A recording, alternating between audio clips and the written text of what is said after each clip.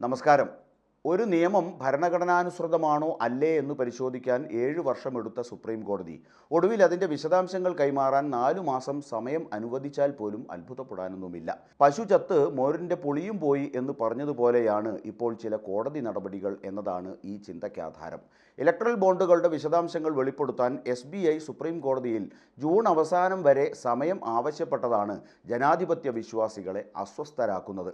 ഇപ്പോൾ റദ്ദാക്കിയ electoral bond പദ്ധതിയെക്കുറിച്ചുള്ള വിശദാംശങ്ങൾ തെരഞ്ഞെടുപ്പ് കമ്മീഷനെ അറിയിക്കാൻ State Bank of India Supreme കോടതിയോട് 3 മാസത്തിലധികം സമയം ആവശ്യപ്പെട്ടിരുന്നു.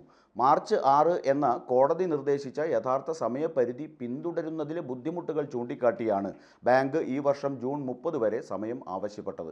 2019 ഏപ്രിലിനും ഈ വർഷം ഫെബ്രുവരി 15-നും ഇടയിൽ വിവിധ രാഷ്ട്രീയ പാർട്ടികൾക്ക് 22,217 ബോണ്ടുകൾ ഇഷ്യൂ ചെയ്തിട്ടുണ്ടെന്ന് SBI കോടതിയിൽ പറഞ്ഞു. 2018 തുടക്കത്തിലാണ് നരേന്ദ്രമോദി സർക്കാർ ഇലക്ട്രൽ ബോണ്ട് പദ്ധതി കൊണ്ടുവന്നത്.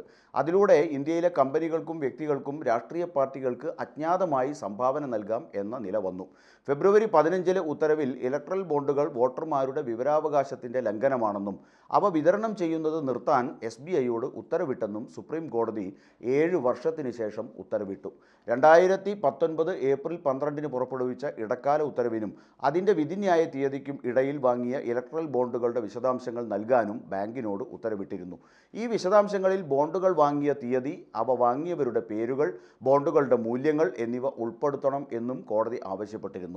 ബന്ധപ്പെട്ട കാലയളവിൽ രാഷ്ട്രീയ പാർട്ടികൾ പണമാക്കിയ ബോണ്ടുകളുടെ വിശദാംശങ്ങൾ സമർപ്പിക്കാനും കോടതി ബാങ്കിനോട് ഉത്തരവിട്ടു. പ്രസക്തമായ വിശദാംശങ്ങളിൽ എൻകാഷ്മെൻറ്റ് തീയതിയും ഇലക്ട്രൽ ബോണ്ടിൻ്റെ മൂല്യവും ഉൾപ്പെടുത്തണം എന്നും കോടതി ആവശ്യപ്പെട്ടു. അതോടൊപ്പം SBI നൽകുന്ന വിവരങ്ങൾ മാർച്ച് 13-നകം വെബ്സൈറ്റിൽ പ്രസിദ്ധീകരിക്കണമെന്ന് തെരഞ്ഞെടുപ്പ് കമ്മീഷനോടും കോടതി ഉത്തരവിട്ടു. 2018 മുതൽ 2024 വരെ 16,518 കോടി രൂപയുടെ ഇലക്ട്രൽ ബോണ്ടുകൾ വിറ്റഴിച്ചതായി സർക്കാർ അടുത്തിടെ പാർലമെൻറ്റിനെ അറിയിച്ചിരുന്നു. രാഷ്ട്രീയ പാർട്ടികൾക്ക് സാമ്പത്തികമായി സംഭാവന നൽകുന്നത് അവരെ പിന്തുണയ്ക്കുന്നതിനോ അല്ലെങ്കിൽ ഉദ്ദിഷ്ട കാര്യത്തിന് ഉപകാരസ്മരണയായോ ആണെന്ന് കോടതിയുടെ വിധി വായിച്ചുകൊണ്ട് Indian chief justice DY Chandrachud അഭിപ്രായപ്പെട്ടിരുന്നു. രാഷ്ട്രീയ ബന്ധത്തിൻ്റെ സ്വകാര്യതയ്ക്കുള്ള അവകാശം പൊതുനയത്തെ സ്വാധീനിക്കുന്നതിനായി നൽകിയ സംഭാവനകൾക്ക് ബാധകമല്ലെന്ന് കോടതിയുടെ 5-അംഗ ബെഞ്ച് വിധിന്യായത്തിൽ ഊന്നി പറഞ്ഞു.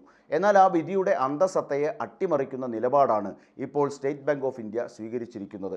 ഇലക്ട്രൽ ബോണ്ട് വിവരങ്ങൾ വെളിപ്പെടുത്താൻ കൂടുതൽ സമയം ആവശ്യപ്പെട്ട് state Bank of India supreme കോടതിയെ സമീപിച്ചതിനെതിരെ കോൺഗ്രസ് കേന്ദ്ര സർക്കാരിനെ കടന്നാക്രമിച്ചു. സംശയാസ്പദമായ ഇടപാടുകൾ എന്നാണ് അവർ ആരോപിച്ചത്.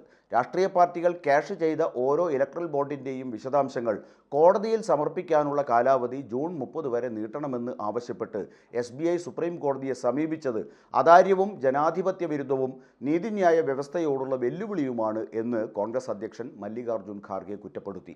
ഏപ്രിൽ-മെയ് മാസത്തിൽ തെരഞ്ഞെടുപ്പ് നടക്കുമെന്നിരിക്കെ ഇലക്ട്രൽ ബോണ്ട് വഴി BJP നേടിയ 7,000 കോടി രൂപ തെരഞ്ഞെടുപ്പ് പ്രചാരണത്തിന് ഉപയോഗിക്കാൻ BJPയെ അനുവദിക്കുന്നതിന് തുല്യമാണ് ബാങ്കിൻ്റെ ഈ നടപടി. ബാങ്ക് ജൂൺ വരെ സമയം തേടിയതിലൂടെ എന്താണോ BJP ആഗ്രഹിച്ചത് അതുതന്നെയാണ് നടന്നിരിക്കുന്നത്. അതുകൊണ്ട് അവർക്ക് തെരഞ്ഞെടുപ്പ് ഉത്സവം ഗംഭീരമാക്കാൻ ഇനി ആരെയും പേടിക്കേണ്ടതില്ലെന്നർത്ഥം.